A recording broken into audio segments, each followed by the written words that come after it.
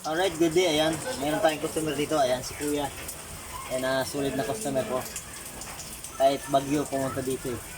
Ayan, magpapalinis siya ng caliper. Ayan, saka magpapalit tayo ng brake repair kit dun sa kanyang brake master. Ayan, pag naglilinis kayo ng caliper, kailangan yung brake ay yung bracket niya. Ayan, kailangan mo linisan to kasi kinakalawang yan. Yung dalawa na yan. Steel brass o kaya liha. Saka yung kanyang brake pad, yan, makinis na rin. Tingnan natin kung pwede pa to. Saka yung kanyang piston sa brake, sa caliper, yan, nilinis din natin yan.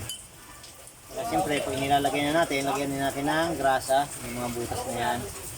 Grasa, tsaka kunting langis. Lagyan natin ng kunting langis. Para ayos.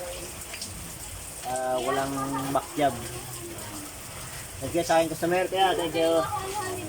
Ang ganda ng ngiti. May bagi pa yan.